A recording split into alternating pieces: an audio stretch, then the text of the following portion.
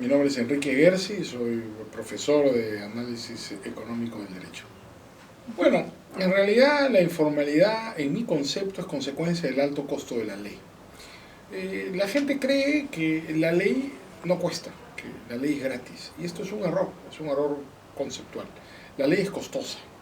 ¿Cuánto cuesta la ley? Cuesta el tiempo y la información necesarias para cumplir con ella. La ley es tan costosa como cualquier otra cosa que hace el ser humano. Cumplir con la ley nunca es gratis. Entonces, cuando el costo de la ley excede a su beneficio, subjetivamente considerados, vienen los informales, ¿no? Los informales no son gente distinta de nosotros. De hecho, cualquier persona desarrolla una actividad formal o una actividad informal dependiendo del costo de la ley. Cuando la ley es muy costosa, actuamos formalmente, es decir, dentro del margen de la ley. Cuando la ley es muy costosa, actuamos fuera del margen de la ley. ¿No? La gente se desplaza de la formalidad a la informalidad en función de los costos de la ley. ¿Cuánto cuesta la ley? La ley cuesta lo que dejas de hacer para cumplir con ella, ¿no? La oportunidad sacrificada. En teoría económica se dice que todo costo es de oportunidad. Los costos no son objetivos, son subjetivos, ¿no? A dos personas iguales la ley no le cuesta lo mismo. Me dejo entender. Si tú tienes un ingreso mayor, la ley te cuesta menos que si tienes un ingreso menor. Por eso en teoría económica decimos que los costos del cumplimiento de la ley son inversamente proporcionales al ingreso.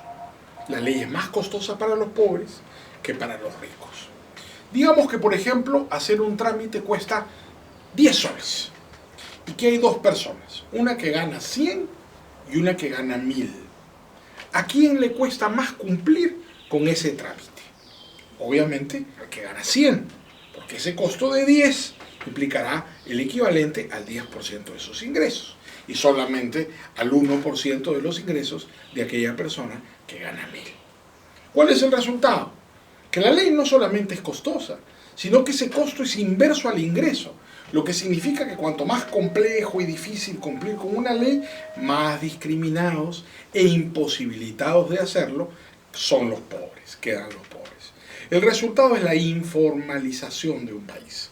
Por eso cuando se discute acerca de los problemas relacionados con la informalidad, ¿no? Y se dice que hay que formalizar a los informales, campañas que infructuosamente lleva la SUNAT desde hace más de 20 años.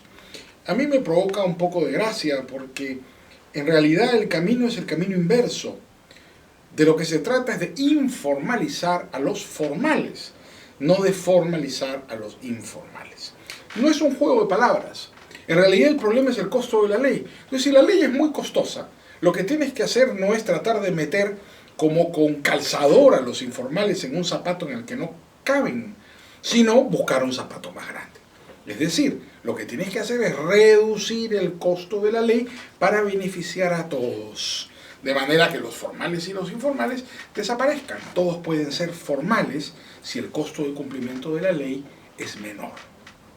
Bueno, el problema es que las políticas públicas son un concepto abstracto, todo depende de qué política pública. Si tú me dices como política pública que vamos a tratar de reformar el Poder Judicial para, por ejemplo, crear un sistema de jurados, darle participación en la administración de justicia a los pobres, a los ciudadanos, para que no anden por ahí haciendo caso a campañas de linchamiento como la de Chapa tu Choro, no me cabe duda de que esa es una política pública indispensable que se debe llevar a cabo en el país. Pero si por otro lado me estás hablando de una política pública como la que pretende Capeco, que he escuchado al gerente general en la radio el otro día pidiendo subsidios para la vivienda, eso es un delirio. Lo único que vas a conseguir con esa política pública es no solamente incrementar el costo de la legalidad, sino incrementar el déficit presupuestal, cosa sumamente peligrosa en este momento. Todo depende de qué política pública. Ciertamente hay políticas públicas deseables y políticas públicas eficientes, pero también hay otras que no lo son. No hay dos personas iguales frente a la ley, porque cada uno de nosotros sacrifica algo distinto para cumplir con ella. Por eso es que en la teoría económica decimos que el costo es inverso, ¿no? El que tiene menos sacrifica más para cumplir con la ley que el que tiene más. Esta es una paradoja, es la paradoja de la democracia. Pero es indispensable que tanto los legisladores que hacen las leyes como las autoridades que las aplican sean conscientes de esa paradoja inherente a la democracia. Cuanto más compleja una ley, cuanto más tiempo exige su cumplimiento o cuanto más información demanda observarla, estamos incrementando el costo de la ley, perjudicando a los pobres. También se perjudica a los ricos. A nadie le conviene tener leyes difíciles, pero a los ricos se les perjudica menos que a los pobres. Y eso va en contra del sentido y el espíritu de un Estado de Derecho democrático. Por eso a mí no me cabe duda de que debe ser es así una política pública absolutamente indispensable, la de reducir sistemáticamente el costo de la legalidad para reunir a los peruanos bajo la vigencia de una misma ley. El problema de la informalidad no es solamente un problema legal, no es solamente un problema de cumplimiento de las leyes o de incrementar la recaudación. El problema de la informalidad es un problema de ilegitimidad del sistema político e institucional. Si tenemos a 6 de cada 10 peruanos que no cumplen las leyes porque son informales, en realidad en el Perú la ley no sirve para nada. Obviamente con una tasa de informalidad cercana al 70%, la actuación del Estado frente a la informalidad no es eficiente, es todo lo contrario. Yo creo que el Estado es el causante principal de la informalidad en el Perú. La rigidez con la que se maneja la estructura institucional lo que hace es incrementar la informalidad, porque hace muy costoso el cumplimiento de la ley.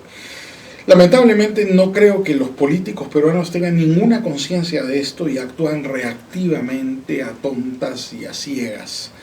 He escuchado hace poco, sin embargo, a un hombre como Pedro Pablo Kuczynski hacer una propuesta muy inteligente. Plantea reducir el IGB. Esa propuesta, que es también una propuesta dirigida a reactivar la economía por la oferta, ¿no? Muy a lo Laffer, ¿no? muy siguiendo las tesis de la economía de la oferta de Arthur Laffer.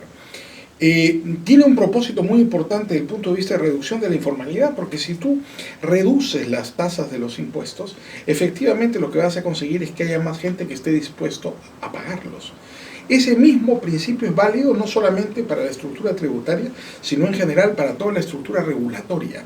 Cuanto más altos los impuestos, recaudas menos, porque la gente prefiere no pagar el impuesto y sino evadirlo.